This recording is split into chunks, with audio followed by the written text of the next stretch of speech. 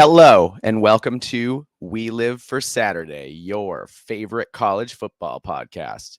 Normally, I'm your co host, Mike, but tonight I am just your host, Mike, as John had some things come up he had to attend to this week. So, John will not be on today's review episode or Wednesday's preview pod.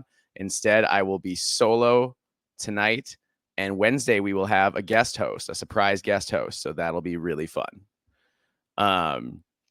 Just wanted to say how much I enjoyed having a fall weekend with actual fall weather. It was a crisp 57 degrees at kickoff on Saturday, and that was absolutely perfect.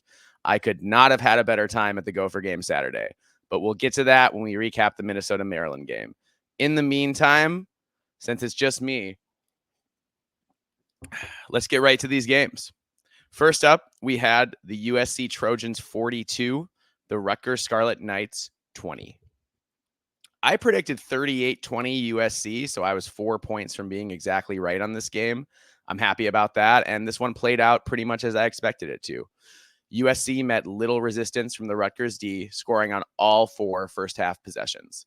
USC took a 28-12 lead into the locker room. Rutgers battled back, scoring a touchdown on a 25-yard pass from Ethan Kaliakmanis to Christian Dremel to cut the lead to 28-20, but USC answered with a 70-yard pass play, which set up a 7-yard Miller Moss keeper to make it a 2 TD lead. USC then stretched the lead to 3 TDs in the third before a scoreless fourth quarter. USC QB Miller Moss was fantastic, completing 20 of 28 passes for 308 yards, an absurd 11 yards per attempt, 2 TDs, and 0 picks for a QBR of 92.8. Impressive stuff, for sure, from the USC signal caller. Running back Woody Marks had a really nice day on the ground with 94 yards and 3 TDs on 6.4 yards per rush. And wide receiver Makai Lemon was the star for USC with 4 catches for 134 yards and a TD, including the aforementioned 70-yard catch. So, USC has really been looking for a guy to step up and be that go-to wide receiver. I think some people thought it might have been Zachariah Branch, or somebody else, but maybe it's Makai Lemon. Maybe he's the guy that they need to go to. I don't know. It'll be interesting to track that going forward. Wide receiver Kyle Ford and running back Woody Marks also chipped in 45 and 48 yards receiving, respectively. And USC linebacker Easton Mascarenas Arnold had 11 tackles, including a sack, so good game for him. For Rutgers, QB Ethan Kaliakmanis was just 27 of 47 for 313 yards, 6.7 yards per attempt, 1 TD, 0 picks for a QBR of 62.1. So not a great day at the office for Ethan. He continues to struggle throughout most of this Big Ten schedule. Running back Kyle Monangai had some success, but it just wasn't nearly enough to keep pace with USC. Monangai finished with 86 yards and 4.8 yards per rush. And senior wide receiver Demir Miller was the star for Rutgers with 11 catches for 131 yards. That is a wildly successful day at the office in a losing effort. So you got to give Miller some credit. He kept playing hard all game. The problem is that nobody else was able to do much of anything as Ethan was his usual erratic self. So what are the takeaways from this game? I mean, USC overwhelmed an injury-depleted Rutgers D. The Trojans were just too talented for Rutgers to keep pace with. The Rutgers defense has fallen apart the past 3 games, giving up a total of 119 points to Wisconsin, UCLA, and USC. That's like 40 points a game. Not good. Trojans averaged an insane 8.7 yards per play on offense against the Scarlet Knights. We're used to the Rutgers D being a strength. This Rutgers D is not a strength. It's a weakness, and that is helping sink this team. The other problem with Rutgers, of course, is QB play. Let's just say the Ethan Kaliakmanis experiment hasn't gone as expected in Piscataway. Greg Schiano bet that Kirk Shiraka could salvage the player he previously coached and recruited at Minnesota, but he couldn't. Ethan remains insanely inconsistent, and he's bad more often than not. Dude is a total disaster as a QB, and his terrible play, along with a banged-up, underachieving defense, has taken a Rutgers team, many people, including myself, picked to win 8+ games and has them at 4-4 with 4 games to go. Rutgers is absolutely not winning 8 games this year. In fact, it will be a struggle just to become bowl eligible. I would have Rutgers as the underdog in their remaining 4 games against Minnesota, Maryland, Illinois, and Sparty. It's crazy that a year that started with such high expectations will likely end without a bowl bid. But that's where this Rutgers team is currently at. They need to get healthy and regroup over the bye week, and then maybe they can salvage something from the stretch run of this season. All right, let's move on to the next game. We had the Oregon Ducks 38, the Illinois Illini 9. Oregon scored on its opening drive on a 31-yard pass from QB Dillon Gabriel to wide receiver Tez Johnson. The route was on from there. Oregon continued to run roughshod over the Illini en route to a 35-3 halftime lead. Whew. Illinois got to the 2 to open the third quarter, but turned the ball over on downs with an incomplete pass. So that was brutal for Illinois when they were trying to get back in the game. And then the second half, just not much happened. Oregon was content to sit on that lead, and Illinois, outscored Oregon 7-3. But for all intents and purposes, this game was over at halftime. Illinois coach Brett Bielema said after the game, anytime you have 2 or 3, quote, anytime you have 2 or 3 opportunities when you walk away 0 points inside the red area, you're not going to win many games, let alone against the number 1 team in the country, close quote. Once again, Oregon QB Dillon Gabriel was fantastic, going 18 for 26 for 291 yards, 11.2 yards per attempt, 3 TD, and 1 interception for a red-hot QBR of 95.8. That's an efficient and explosive day at the office. Nobody stood out, but Oregon ran for 229 yards as a team on nearly 6 yards per rush. They got contributions from a lot of different players in the rushing attack. And wide receiver Tez Johnson went over 100 yards receiving and scored a TD. 9 different receivers caught passes for Oregon. And for that Ducks defense, DB Tysheem Johnson had 10 tackles. So good day for him. On the flip side, it was a rough day for Illinois QB Luke Altmaier, who finished just 17 for 35 for 161 yards, a paltry 4.6 yards per attempt, 0 TDs, and 2 picks. Anytime you finish under 50% completions, it was a rough day. The Illini struggled to both run and pass the ball, although Aiden Laffery had some success with 69 yards on 5.8 yards per rush. But it wasn't nearly enough on a day when the passing game was downright anemic. Oregon continues to look like the best team in the country. The Ducks continue to look great no matter whom they are playing. The dream season continues at 8-0. For Illinois, this game was never competitive. The Illini are probably out of the Big Ten title race now, but they still have a lot of goals in front of them with just 2 losses on their resume. So how do they respond to this beatdown? I'll be fascinated to see where Illinois goes from here. They have 4 winnable games left and could still get to 10-2 and maybe contend for the playoff if they win out. But it all starts with a tough game against Minnesota on Saturday. So I'm going to be fascinated to watch that one and to see how things play out for Illinois for the rest of this season. All right, next up, we had the Penn State Nittany Lions 28, the Wisconsin Badgers 13. This was a tale of 2 halves. In the first half, the Penn State offense could not consistently capitalize on their opportunities, and a late half Tawi Walker TD put Wisconsin up 10-7 at the break. Penn State's Drew Aller fumbled away a snap deep in Wisconsin territory on 4th and inches to kill the game's opening drive, so Penn State got off to a little bit of a rough start there. Aller was subsequently hurt late in the first half. He came out of the locker room with a knee brace on, but did not play in the second half. Instead, it was the backup, Beau Pribula, who played this game out for the Nittany Lions. And Pribula was really solid.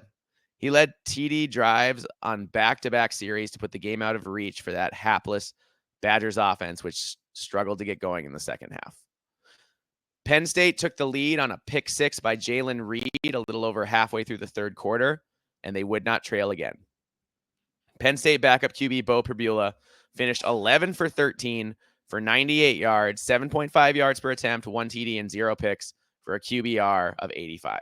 Those are solid, if not spectacular, numbers. And most of all, he was accurate. Pribula's accuracy opened up the running game a bit as well. Penn State finished with 173 yards on the ground on just under 5 yards per rush. Katron Allen, Nicholas Singleton had varying degrees of success over the course of the night. But it was Pribula and the D who powered Penn State when they needed big plays. Wide receiver Harrison Wallace finished with 5 catches for 67 yards, while star tight end Tyler Warren had 7 catches for 46 yards. Wisconsin has some things to figure out on offense. They have to be able to generate more than 13 points against Penn State or 23 points against Northwestern. That's just not good enough to win. I mean, it was against Northwestern, but in general, that's not enough to win. This offense is built around the run, but it needs more consistent play from QB Braden Locke. The play calling from Phil Longo seemed a little uninspired too, if I'm being totally honest. Wisconsin's defense has gotten better though, but the offense still has to show up for the Badgers more. So, will Penn State QB Drew Aller be back for Ohio State this weekend? They need their star QB if they're going to have a chance to take down these Buckeyes, I think. I like Pribula, don't get me wrong, but Ohio State's Ohio State, and I just don't think Penn State is beating Ohio State with a backup QB. Full stop. So all eyes will be on Happy Valley at 9 a.m. Saturday when we find out whether Aller can play or not, because a lot of what happens for the rest of the year comes down to what happens in this Ohio State-Penn State game. This will help decide who plays for the conference title. It is a monster game, and it's one, frankly, Ohio State cannot afford to lose. So the Buckeyes, you can expect, as poorly as they played last week, and we're about to talk about that, I just think the Buckeyes are going to come out focused, and Penn State's going to need to give it their absolute best shot if they're going to have a chance to win. So this next score, which I just alluded to, was the strangest result from Saturday. I could watch this game 100 times. I'd still be confused as to what happened in this one. The Ohio State Buckeyes 21. The Nebraska Cornhuskers 17. So let's start with the end first. Ohio State needed an interception by cornerback Jordan Hancock with 1:16 left to put an end to the Huskers' upset hopes. So how did this go from being a 25.5-point spread in favor of Ohio State to a coin flip game in the fourth quarter? Well, to start with, Ohio State went just 1 of 10 on third down. The Buckeyes punted 5 times, turned the ball over on downs once, missed a field goal, and lost the ball on a Howard interception. So that's a lot of drives that didn't end up the way they wanted them to. After trailing 17-14 in the fourth quarter, Ohio State regained the lead with 6 minutes left on a 9-yard TD pass from Howard to Quinshon Judkins. A bogus targeting call gave Nebraska great field position, but then Hancock picked off the Dylan Raiola pass to ice the game. Ohio State QB Will Howard was an efficient 13 for 16 for 221 yards, 13.8 yards per attempt, 3 TDs, and a pick. And wide receiver Carnell Tate led Ohio State with 102 yards receiving, while Frosh phenom Jeremiah Smith had 70 yards on 3 grabs. On D, linebacker Cody Simon had 8 tackles and 3 tackles for loss. So really nice day for him. And defensive end JT Tuimalu had 5 tackles, including a sack and 2 tackles for loss. So the defense really showed up for the Buckeyes, and that's why they were able to win this game. But the story of the day for me was that Ohio State couldn't run the ball. The Buckeyes attempted to run the ball 31 times, managed just 64 yards for just over 2 yards per rush. That is not going to get it done for a team with Big Ten and national title aspirations. It just isn't. Ohio State's O-line looked totally inept run blocking in the absence of star left tackle Josh Simmons. They got further banged up on the line during the Nebraska game when backup Zen Mikulski got hurt and had to be helped off the field. But even when Mikulski was playing, the Buckeyes could not run block at all. So that's alarming for a team with Big Ten and national title aspirations. Ohio State cannot be totally one-dimensional if they're going to win a title. They have to figure out the O-line problem, and they have to do it this week as they play undefeated, number 3 ranked Penn State.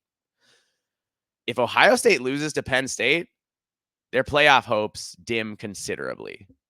So I think Ohio State has to figure it out this week if they want to still make the playoff. As far as Nebraska goes, Dylan Raiola had a workman-like performance. He was 21 of 32, but for just 152 yards on just 4.8 yards per attempt, 0 TDs and a pick. Woof. Nebraska's receivers and running game were largely kept in check. Tight end Thomas Fidone did have 4 catches for 55 yards, as he's always a tough cover. The Cornhuskers D kept them in the game, but the offense just didn't do enough to win.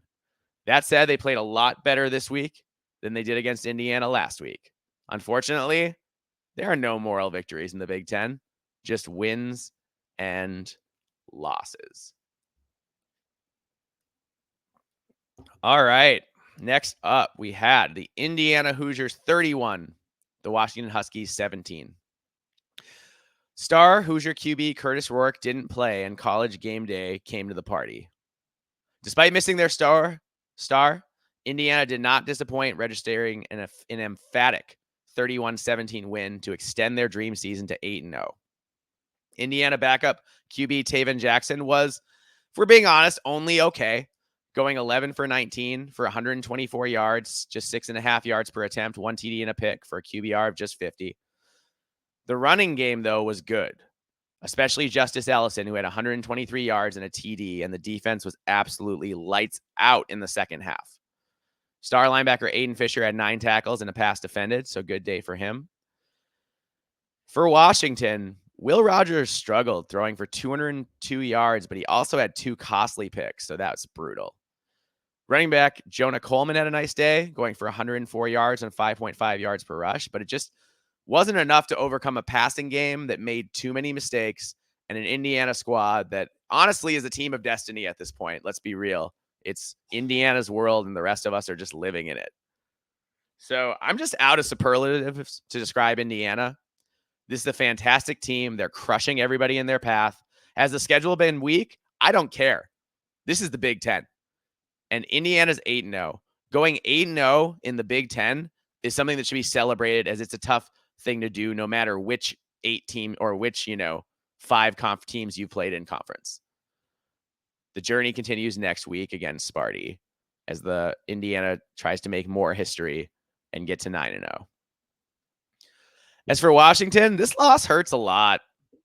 At 4-4 with remaining games at Oregon and at Penn State, you pretty much have to beat both UCLA and USC at home to make a bowl. Now, can they do that? Sure, it's doable, but it's not something you wanted to have to count on.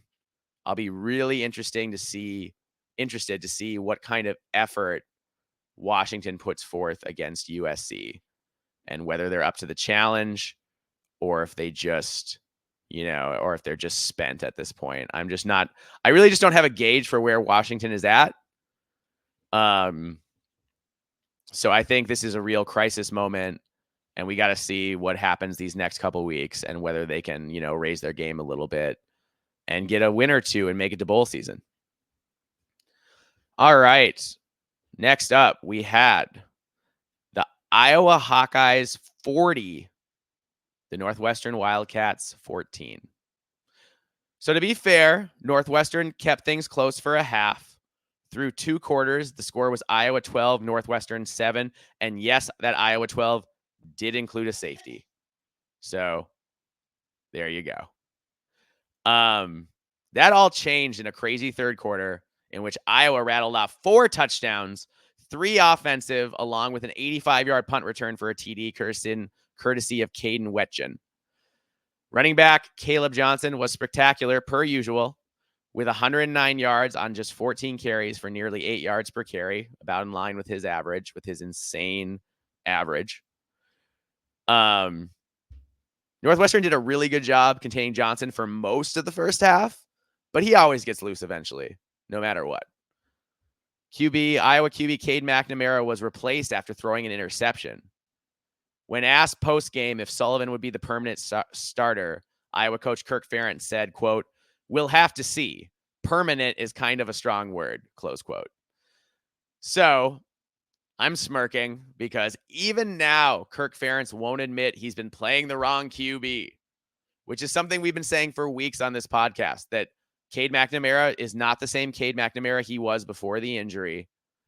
And there was no reason to keep trotting him out there and not at least give Brendan Sullivan a shot.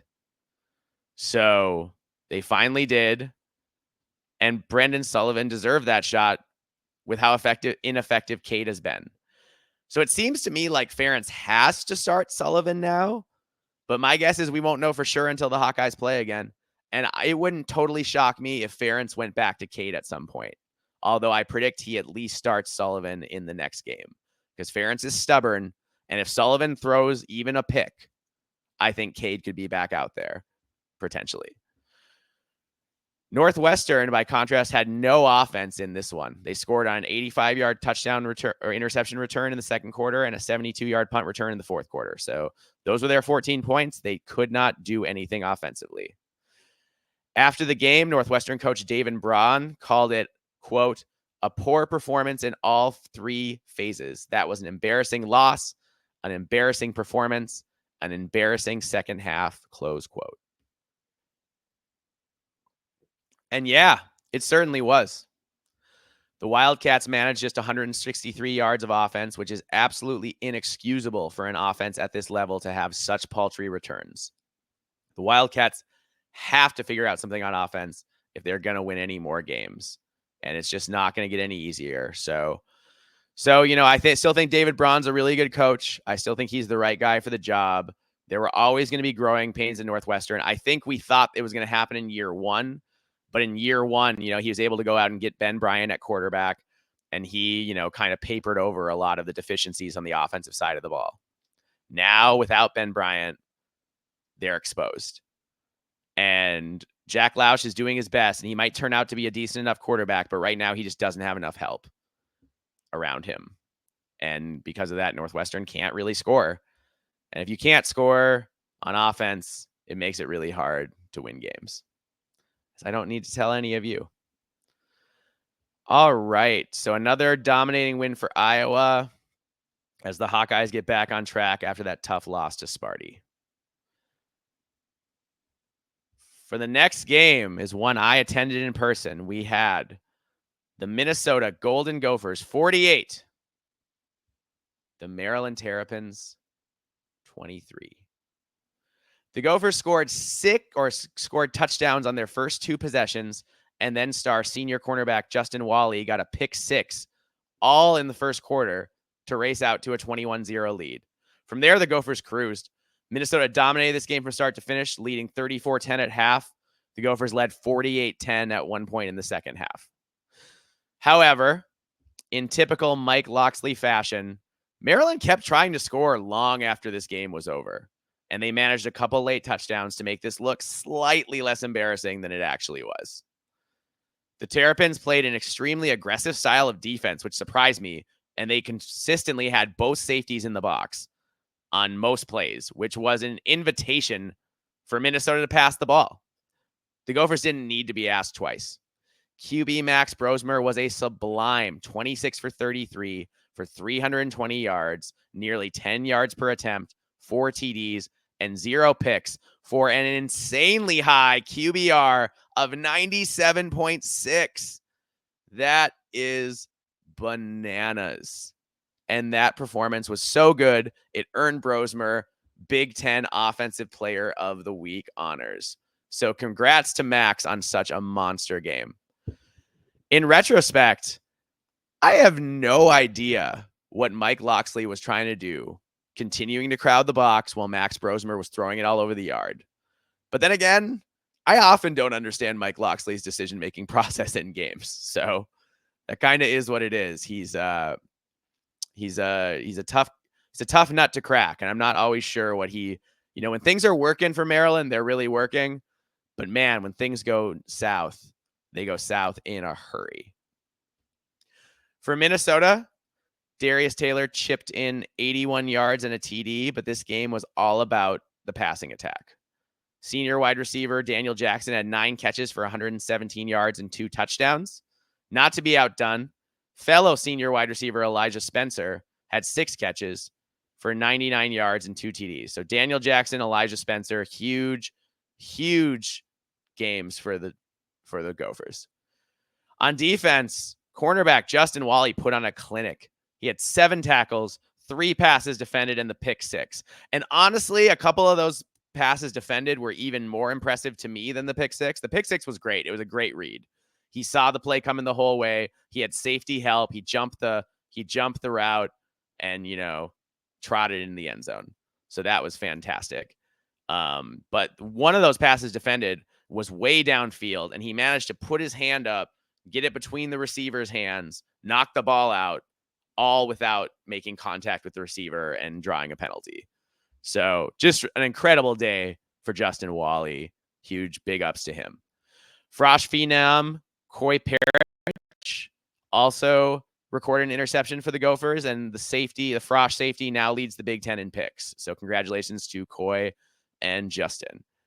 For Maryland, QB Billy Edwards was just 19 for 35 for 201 yards, 5.7 yards per attempt, 0 TDs, and 2 picks for a QBR of just 20.4. Woof. The Terrapins struggled to run the ball as usual.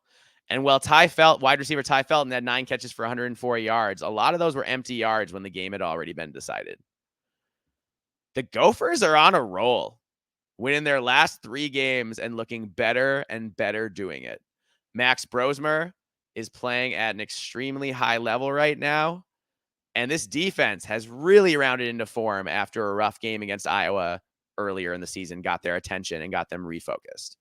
So this is not a team that anybody wants to play right now, I don't think. The Gophers have a huge game coming up against Illinois next week. That's going to be a monster tilt. We will preview that along with all the Big Ten games on Wednesday's podcast. But I really can't wait for that one.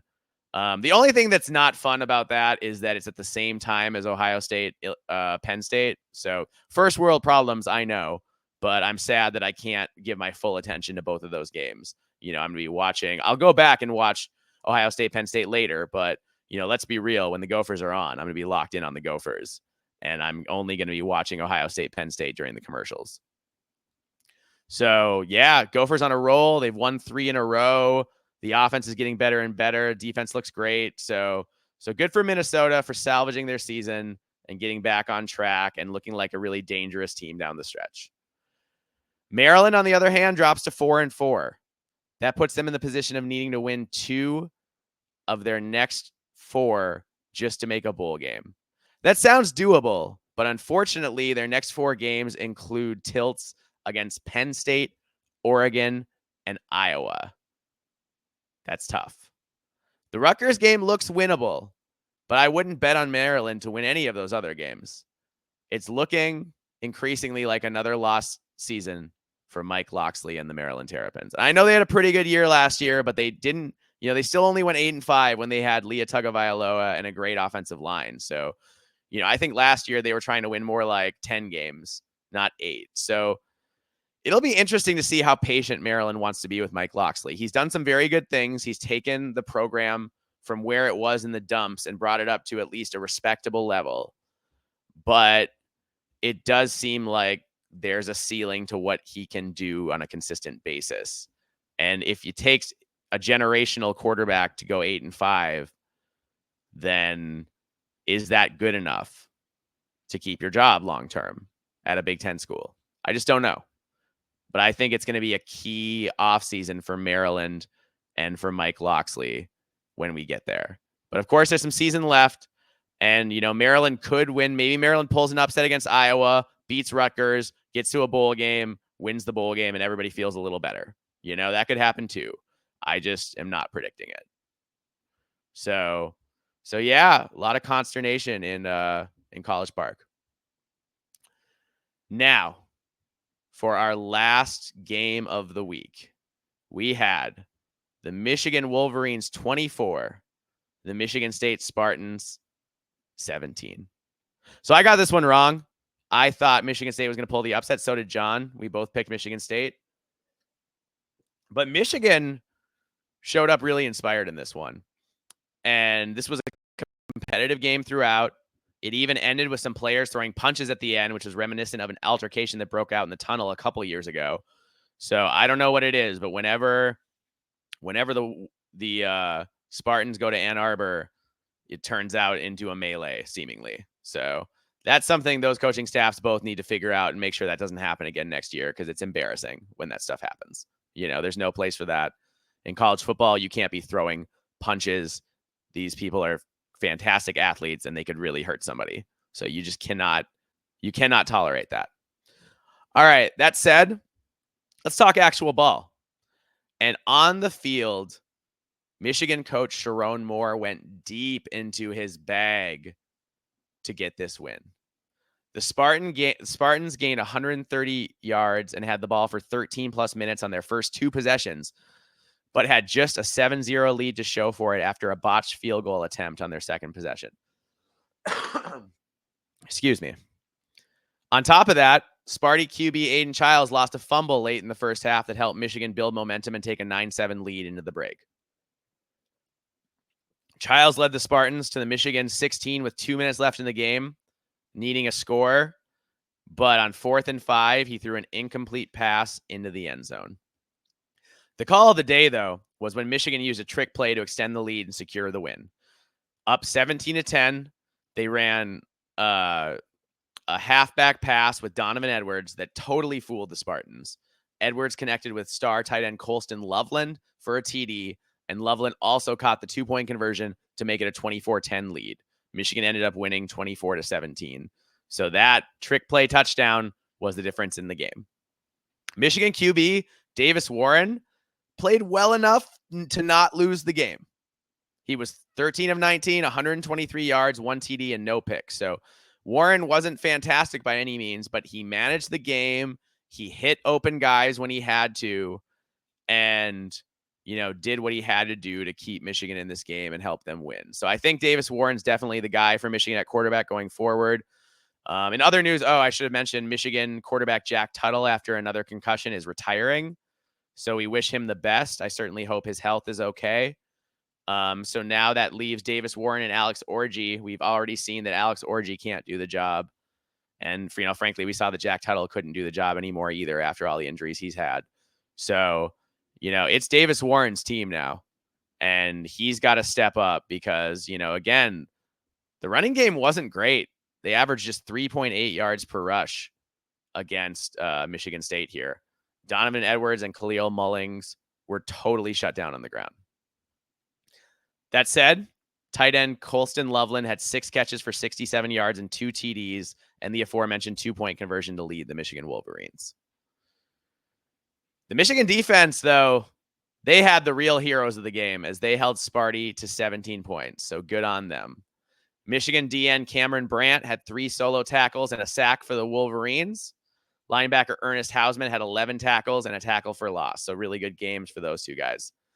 For Sparty, QB Aiden Childs was a solid 17 for 23 for 189 yards, 8.2 yards per attempt, 1 TD, and 0 picks. So Aiden Childs played pretty well. It just wasn't enough on a night when Michigan's really showed up, across the board and made it hard on Michigan State. So, and also running back Nate Carter had a nice day running the ball with 19 rushes for 118 yards, while 7 different receivers caught passes for Michigan State. If you just look at the offensive statistics, you would have think Michigan State won this game. But Michigan, went into their bag, ran a trick play or 2, did well with the field position battle. Defense was opportunistic. They did the things they had to do to win this game. But looking at the stats, you feel like Michigan State probably should have had a better chance to win this game. And I know they had the chance to tie late, but they probably should have been, up or tied already. So yeah, Michigan, you got to give it up. They needed this win to salvage any chance at bowl eligibility. And it would be humiliating for the reigning national champions to miss the postseason entirely. So now they have a good shot to make one, despite an extremely challenging closing schedule that includes Oregon, Ohio State, and Indiana. Whew. All they have to do, though, is beat struggling Northwestern to make a bowl. That should be doable. That said, will making a bowl be enough to save Sharon Moore's job? That's the question. And that's a question I don't think I can answer today, because I just think this year has gone so poorly for Michigan, and they're so talented to underachieve the way they have, they're going to have to really think about it before they decide whether or not they're bringing Sharon Moore back next year. And I know it's year one, and I don't mean to be harsh, but a school like Michigan with the talent they have should never struggle the way we've seen them struggle this year. Michigan is the kind of school that reloads. They don't rebuild. So if this were a rebuild, then I would give Sharon Moore some slack. But at a school like Michigan or an Ohio State or whatever, you're not rebuilding, you're reloading. And you need to win right away. And, Sharon Moore has not. He has not won nearly enough. And despite the fact that he has, the recruiting advantage on, 90+% of the teams they play. That's just reality. And for him to struggle the way he has, I don't know, it calls it into question, especially when you look at what's happening at Indiana with Curt Cignetti. If Curt Cignetti could come in and do that in Indiana in year one, I'm sure Michigan's got to be thinking, well, can't somebody come in here and win like that in year one here? So fair or not, I think Sharon Moore needs to win some more games to ensure that he's going to be back as the head coach next year. As for Michigan State, Sparty drops to 4-4, but they have a much more manageable closing slate of games. This team has gotten better, and they've shown real growth under first-year head coach Jonathan Smith. That said, they have a tough game next week against the undefeated number 13 Hoosiers. It would be a signature win for Jonathan Smith if he can pull off a ranked upset over an undefeated team this late in the season. That's the kind of thing you build a program around. So I'm not predicting it. Spoiler alert for Wednesday. I'm riding with the Hoosiers until they play Ohio State. And maybe even then I'm riding with them. But I am not picking Indiana to lose until either they do lose or they play the Buckeyes, depending on how I think things are going into that week for both teams. So yeah, Sparty, good on you for getting better.